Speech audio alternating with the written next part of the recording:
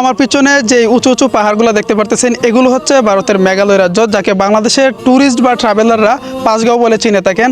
আর এই জায়গাটা আমার গ্রামের বাড়ি থেকে মাত্র 5 কিলোমিটার দূরত্বে অবস্থিত। বিশ্বাস হচ্ছে না? তাহলে চলুন যাওয়া যাক।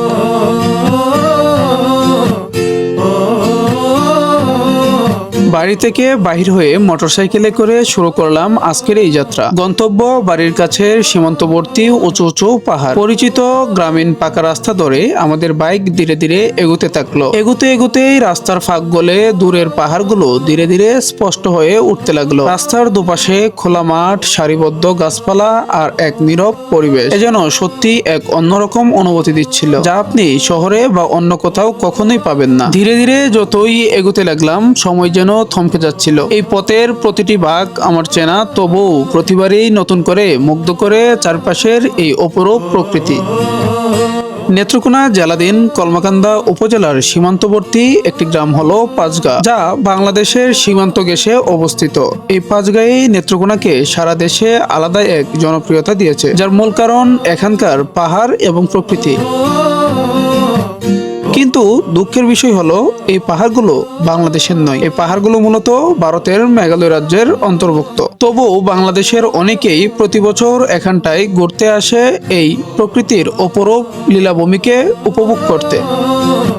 যাই হোক, এখন কথা বলা যাক এখানটায় আপনাদের আসা উচিত কি উচিত না এই বিষয় নিয়ে।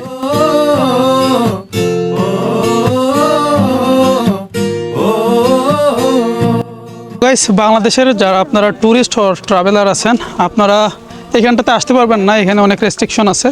But I am so lucky যে এখানটাতে আসার পর ওনাদের পারমিশন পেয়েছি, জাস্ট হচ্ছে এই জায়গাটাকে একটু এক্সপ্লোর করার জন্য।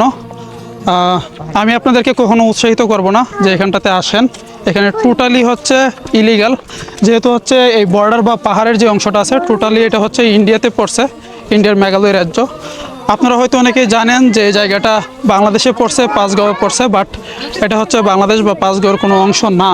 হ্যাঁ, এই যে হচ্ছে বাড়িগুলো আছে এখানটাতে, হ্যাঁ এই জায়গাগুলো হচ্ছে জাস্ট বাংলাদেশের মধ্যে পড়ছে এবং পাহাড়ের টোটাল এরিয়াটা হচ্ছে ইন্ডিয়াতে পড়ছে। গাইস, এই দেখেন আমি এবং হচ্ছে পাহাড়, মাত্র ডিস্টেন্স হবে সর্বোচ্চ 20 মিটার, এর বেশি না। হয়তো অনেকে দেখে ভাবতে পারেন যে আমরা যারা ট্যুরিস্ট বা ট্রাভেলার আছি আমরা এত ক্লোজ আসতে পারি না, এখানটাতে অফ। হ্যাঁ, আপনি কীভাবে গেলেন? আসলে আমার বাসা এখানে দেখে কি না, এরকম ভাবতে পারেন। হ্যাঁ, তো এই বিষয়টা আসলে অ্যাকচুয়ালি এরকম না। এখানটাতে আসছি, সো ওনারা একটু করছে, বাট আমাদেরকে সমস্ত রেস্ট্রিকশন দিয়ে দিছে। আমি আপনাদেরকে কোনো সময় উৎসাহিত করবো না এখানটাতে আসেন। হ্যাঁ, টোটালি অফ। আমি ওনাদের অনুমতি নিয়ে এখানটাতে হচ্ছে আসছি আপনাদেরকে জাস্ট একটু দেখানোর জন্য যে আমাদের এলাকাটা আসলে কেমন, এবং আপনারা যে এত কষ্ট করে এত টাকা খরচ করে এত দূর থেকে যেন এখানটাতে আসেন, আসলে মানে কতটুকু সফলতা বিফলতা এখানটাতে আসলে এজ এ ট্যুরিস্ট হিসাবে, এজ এ ট্রাভেলার হিসাবে, মানে আপনি কি এখানটাতে আইসা ওই ফিলটা বা হচ্ছে ওই ভাইবটা পাবেন কিনা। হ্যাঁ, এই জিনিসটাই আর কি শেয়ার করা। যদিও আমি চাইলে অনেক আগেই হচ্ছে এখানটাতে ব্লগ বা হচ্ছে ভিডিও বানাইতে পারতাম, কিন্তু আমি কখনো চাই নাই যে এই জিনিসটাতে বলবো বা এই জায়গাটাতে বলবো আপনারা আসেন। এই জন্যই আর কি কখনো এটা নিয়ে ভিডিও বানাই নাই। এবং দেখতেছি যে ইদানিং প্রচুর পর্যটক এই পাঁচগাঁয়ে আসতেছে ঘোরার জন্য। সো আপনাদেরকে এই বিষয়টাতে একটু অ্যাওয়ার করার জন্য জাস্ট এই ভিডিওটা বানানো। হ্যাঁ, এবং এই ভিতরটাতে আসা আর কি। হ্যাঁ, আপনারা ট্যুরিস্ট যারা আছেন মনে হয় না লাস্ট 1 ইয়ার ধরে কেউ এই জায়গাটা অবধি হচ্ছে আসতে পারছেন। হ্যাঁ, এই দেখেন পাহাড়, আর এই হচ্ছে আমি। হ্যাঁ, আর এই পাশটাতে যদি দেখাই, এই পাশে যদি যে হচ্ছে ইয়েটা গেছে, জিরিটা গেছে, একটু যদি হচ্ছে সামনের দিকে যান সর্বোচ্চ 150 থেকে 200 মিটার, তখন হচ্ছে ওই জায়গাটাতে ঝর্ণা পাবেন একটা। এবং আরেকটু যদি উপরে উঠেন আরও 100 মিটার বা 150 মিটার, তখন হচ্ছে আরও একটা বড় ঝর্ণা পাবেন। এগুলো পর্যন্ত এখন যাওয়া যায় না। সর্বোচ্চ হচ্ছে ওই যে জায়গাটা আমি দেখাইলাম, ওইখানে হচ্ছে আসলেই বিজিবির হচ্ছে চেকপোস্ট পাবেন, এরপরে আর আসা যায় না বা অনুমতি নাই আর কি। এই হচ্ছে আপনার বাংলাদেশ ভারত সীমান্ত পিলার। এইখানে যদি আমি দাঁড়াই এটা হচ্ছে ইন্ডিয়ার মেঘালয় রাজ্য, আর আমি যদি হচ্ছে এইখানটাতে দাঁড়াই এটা হচ্ছে বাংলাদেশ। ওই পাশে যদি আপনাদেরকে আমি বলি, ওই পাশেই হচ্ছে ঠিক চন্দ্রডিঙ্গাটা। আমি আপনাদেরকে দেখানোর চেষ্টা করব যদি যাওয়ার সুযোগ হয় আর কি।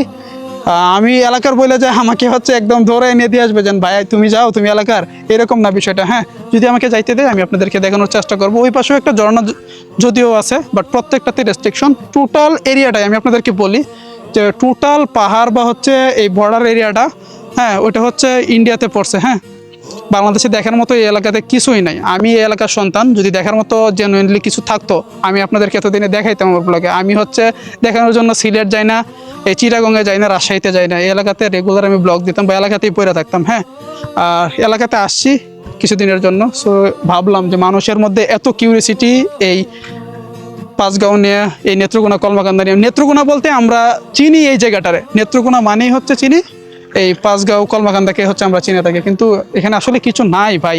বিশ্বাস করতেছেন না, আমি একদম ক্লোজে আসলাম। হ্যাঁ, আমি যদি হচ্ছে ওই ইয়েতে থাকতাম, মেইন রোডে দেখে যদি বলতাম যে যাওয়া যায় না, হয়তো আপনারা বিশ্বাস করতেন না। একদম এই জায়গাটাতে এসে দেখেন কি আছে এখানে, দেখার মতো কিচ্ছুই নাই। এরপরে যেই হচ্ছে রোদ, তাপমাত্রা, ঠিক আছে। এখানে যে আসবেন, আপনি যদি বান্দরবন যান আপনি চাঁদের গাড়িতে চড়তে পারবেন, হিলে হচ্ছে ট্রেকিং করতে পারবেন, ঝুম করে থাকতে পারবেন। এখানে কি আছে ভাই? কিচ্ছুই নাই।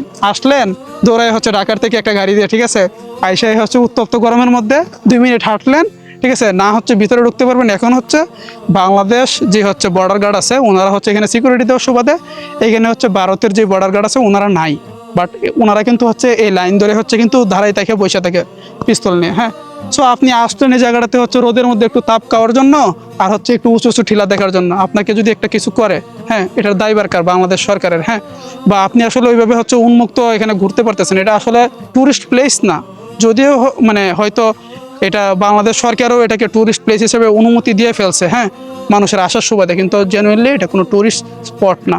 সো আমি আপনাদেরকে কখনোই উৎসাহিত করবো না এই এলাকাটাতে আসেন, বরং আপনি এই টাকা দিয়ে আর একটু যদি হচ্ছে লাগাতে হয় আপনি হচ্ছে বান্দরবন বা হচ্ছে চট্টগ্রামের হিলগুলোতে যান, ওই জায়গাতে এনজয় করেন। আপনি কেওক্রাডংয়ে যান, আপনি তাজিংটং ভিজয়ে যান, বা আরও হচ্ছে যে ইয়েগুলো আছে ওইগুলোতে যান, থানচি যান, যাইতে পারেন, বাট এখানে কখনো আসবেন না। ফাইনালি এখন আমি এখানটা থেকে চলে যাব। আজকে আবার হচ্ছে ঢাকায় ব্যাক করতে হবে। আসছি অনেকক্ষণ হয়, আর আজকে এত রোদ, মানে দেখতেই পারতেছেন আমার স্কিনের অবস্থা কী হয়েছে, মানে একদম জল করতেছে, গ্লেজ দিতেছে। এমনিতে দূর থেকেই হচ্ছে সুন্দর লাগে পাহাড়, বাট কাছে আসলে অনেক প্যারা হয়ে যায়। এবং আসলে ওই যে বললাম না যে আরেকটা দেশের এখানে অনেক রেস্ট্রিকশন। আমাদেরকে যেমন ছোটোবেলা হচ্ছে বাসা থেকে এখানটাতে আসতে দিত না, ঈদে অনেকেই এখানটাতে ঘুরতে আসতো বা দেখতে আসতো, বাট আমাদেরকে কখনো দিত না। কেন দিত না? যে এখানটাতে হচ্ছে 2 দেশের একটা বর্ডার। হ্যাঁ, এখানে হচ্ছে অনেক ঝামেলা, অনেক রেস্ট্রিকশন। হ্যাঁ, এই জন্য আপনাদেরকে বলতেছি আর কি। আপনারা যারা ট্যুরিস্ট অথবা ট্রাভেলার আছেন, ইতিপূর্বে হয়তো একটি নিউজ শুনেছেন যে পাঁচগাঁওয়ের চন্দ্রডিঙ্গাতে ট্যুরিস্টদের থাকার সুবিধার্থে উপজেলা পরিষদের তত্ত্বাবধানে একটি রিসোর্ট চালু করা হয়েছে, যেটার নাম হচ্ছে Chandradinga resort. But right now এই রিসোর্টটা টোটালি অফ। এখানে হচ্ছে গেটে তালাবদ্ধ অবস্থায়। বাংলাদেশ বর্ডার গার্ড কর্তৃপক্ষ এবং হচ্ছে বাংলাদেশ পুলিশ, ওনারা হচ্ছে এই জায়গাটা টোটালি অফ করে দিয়েছে। এখানে ট্যুরিস্ট প্রবেশ সম্পূর্ণ নিষেধ সাময়িক সময়ের জন্য। আপনারা কেউ হচ্ছে এই তথ্যটাতে বিভ্রান্ত হবেন না, আমি আপনাদেরকে জানিয়ে দিলাম যে এটা এখন অফ আছে আর কি।